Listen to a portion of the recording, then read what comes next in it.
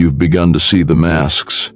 You've felt the exhaustion of the persona, that carefully crafted self you present to the world.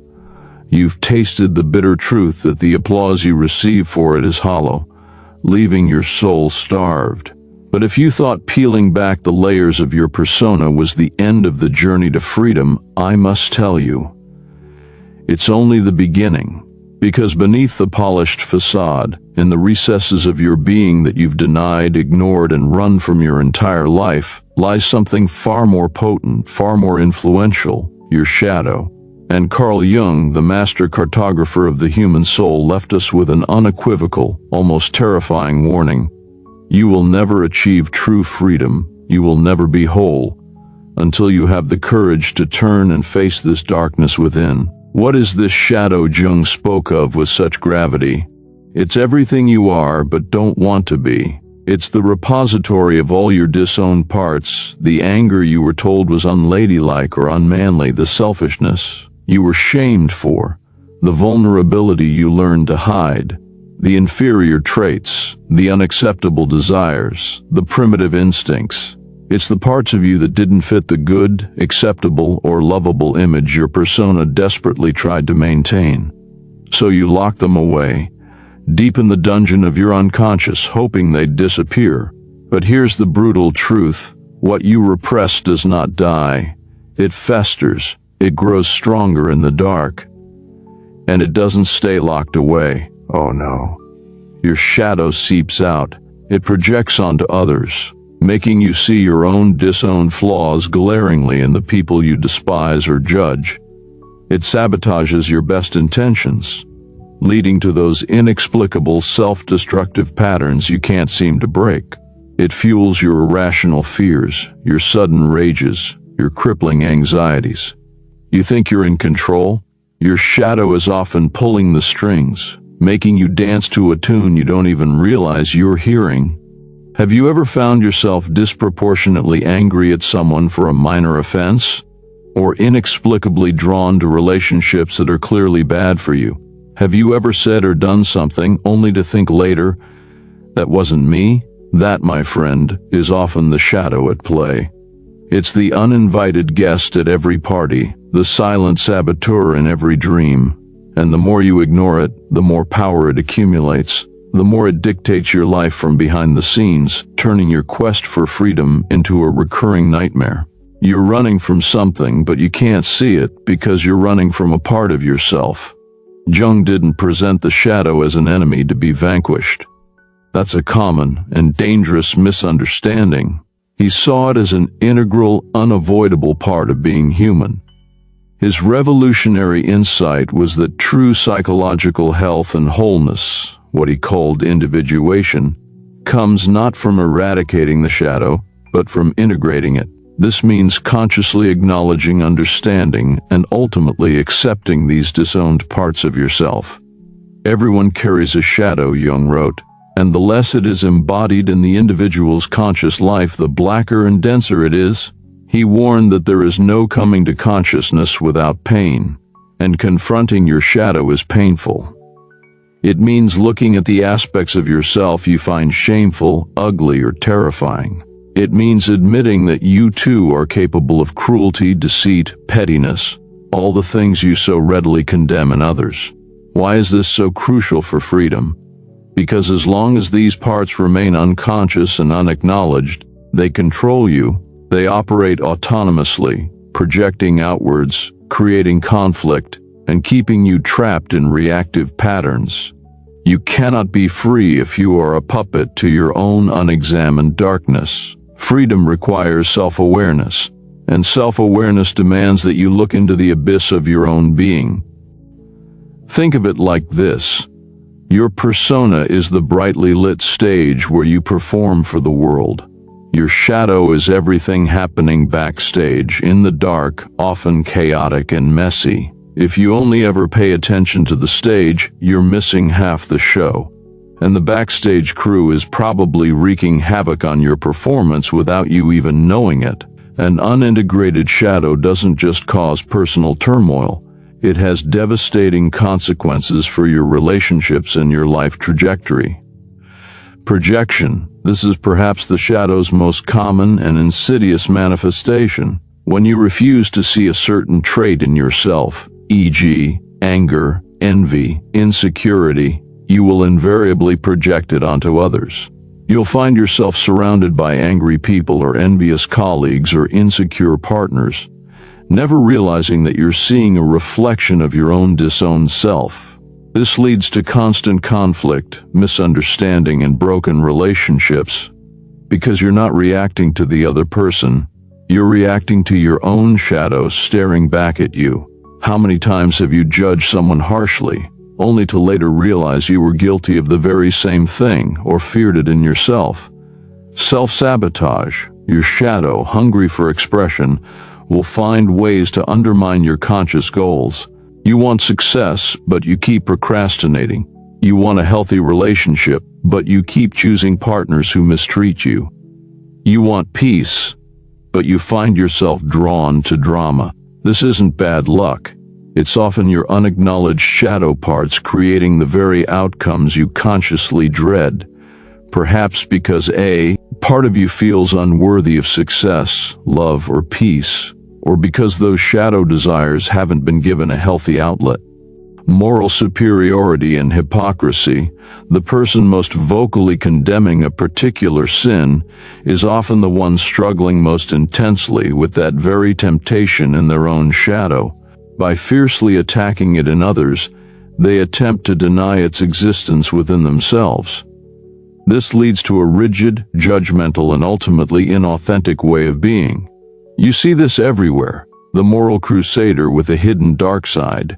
Addictive behaviors. When shadow aspects are too painful to confront, you might turn to addictions, substances, work, sex, and internet, as a way to numb the discomfort or to vicariously live out those repressed desires in a destructive way. The addiction becomes a temporary escape from the inner tension, but it only deepens the chasm. Emotional outbursts. That sudden, uncontrollable rage, that overwhelming wave of despair that comes from nowhere, these can be shadow elements, long suppressed, finally erupting with volcanic force because they've been denied any conscious expression. The energy you expend trying to keep your shadow locked away is immense. It's the energy that could be used for creativity, for love, for growth. Instead, it's tied up in a constant, exhausting inner war. This is not freedom. This is a self-imposed prison, more confining than any persona. So, how do you begin this daunting task of confronting and integrating your shadow? Jung emphasized that this is not a one-time event, but a lifelong process. It requires courage, honesty, and a willingness to be uncomfortable. One, radical self-honesty and observation. Pay attention to your projections. Who irritates you the most? What traits in others trigger a strong emotional reaction in you? Jung said, everything that irritates us about others can lead us to an understanding of ourselves. That irritation is often a signpost pointing directly to a disowned part of your own shadow. Instead of immediately blaming the other person, ask yourself, what part of me does this reflect or trigger? Examine your slips of the tongue and accidental behaviors. Freud was famous for this, but Jung also recognized that our unconscious often reveals itself in unintended ways. What do these slips tell you about your hidden desires or resentments? Notice your dreams. Jung considered dreams a royal road to the unconscious. Your shadow often appears in dreams as dark, threatening, or inferior figures. What are these dream figures trying to tell you? Don't dismiss them as just dreams. They are messages from your depths. 2. Embrace imperfection and self-compassion. You will find things in your shadow that you don't like. That's the point. The goal isn't to become perfect by eliminating these traits, but to become whole by acknowledging them. Remember, these shadow aspects often developed as coping mechanisms or contain buried strengths. Treat yourself with the same compassion you might offer a friend revealing their deepest flaws. Judgment will only push the shadow further into darkness. Understanding is key. 3. Dialogue with your shadow, active imagination. Jung developed a technique called active imagination, where you consciously engage with figures from your unconscious, like dream figures or personifications of your shadow traits. This isn't about talking to yourself in a dismissive way. It's a profound method of understanding the needs and messages of these disowned parts. What does your anger want? What is your fear trying to protect you from? You can do this through writing, drawing, or simply in a quiet, meditative state. 4. Withdraw projections. This is a challenging but crucial step. When you catch yourself projecting a negative trait onto someone else, consciously try to take it back. Acknowledge that this trait also exists in some form within you. This doesn't mean the other person isn't also exhibiting that trait, but your intense reaction is often because it mirrors something unowned in you. Owning it diffuses its power over you and them. 5. Find constructive outlets for shadow energy. Your shadow contains a vast amount of psychic energy. If this energy isn't given a conscious and constructive outlet, it will express itself destructively. For example, repressed aggression might be channeled into competitive sports, passionate advocacy, or disciplined artistic creation. Repressed sensuality might find expression in dance or art.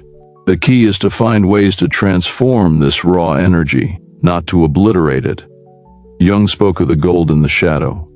Often, our greatest strengths and creative potentials are hidden within the very aspects of ourselves we've rejected. Your stubbornness might be untapped determination. Your oversensitivity might be profound empathy. Confronting your shadow is not an easy path. It will challenge your self-image. It will force you to question everything you thought you knew about yourself. But the rewards are immeasurable and directly lead to the freedom you crave. Authenticity. When you integrate your shadow, you no longer need to expend enormous energy maintaining a false front or denying parts of yourself. You can be more genuinely you, flaws and all. This is profoundly liberating. Increased energy and creativity. The energy that was once used to repress your shadow is now available for conscious use. This often leads to a surge in creativity, vitality, and a renewed sense of purpose. Improved relationships. When you stop projecting your shadow onto others, your relationships become clearer, more honest, and less conflict-ridden. You begin to see people for who they are, not as screens for your own disowned issues. You develop greater compassion, both for yourself and for others, recognizing that everyone carries a shadow. Greater self-acceptance and inner peace. By acknowledging and accepting all parts of yourself, even the dark ones, you move towards a state of inner wholeness. The constant internal war subsides, replaced by a deeper understanding and acceptance of your full humanity. True psychological freedom. This is the ultimate prize.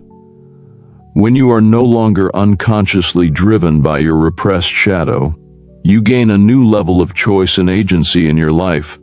You are no longer a victim of your own unknown depths. You can respond to life consciously, rather than reacting from a place of unconscious fear or compulsion. You are free to choose who you want to be, not because you're denying parts of yourself, but because you've embraced them all. The journey into your shadow is the hero's journey of our time. It's the descent into the underworld from which you return with a treasure, your own integrated, authentic self. It's the path less traveled, precisely because it demands so much courage. The persona might have offered you a semblance of safety, a way to navigate the world, but it came at the cost of your aliveness, your truth. Your shadow, on the other hand, holds the very keys to your liberation, your power, and your deepest potential. Carl Jung's warning is not a threat, but an invitation to stop running, an invitation to turn inwards, an invitation to embrace the totality of who you are, light and dark, so that you can finally truly be free. So, I ask you, are you ready to stop being haunted by what you don't know about yourself? Are you ready to confront the darkness to find your own light? The path to freedom lies through your shadow. Will you dare to walk it? Share in the comments. What's one aspect of your shadow you've been hesitant to face? Your courage might inspire someone else on this path. And if this exploration into the depths resonates with you, subscribe to Chaotic Depths. Because our journey into the human psyche, into the heart of what makes us who we are, has only just begun.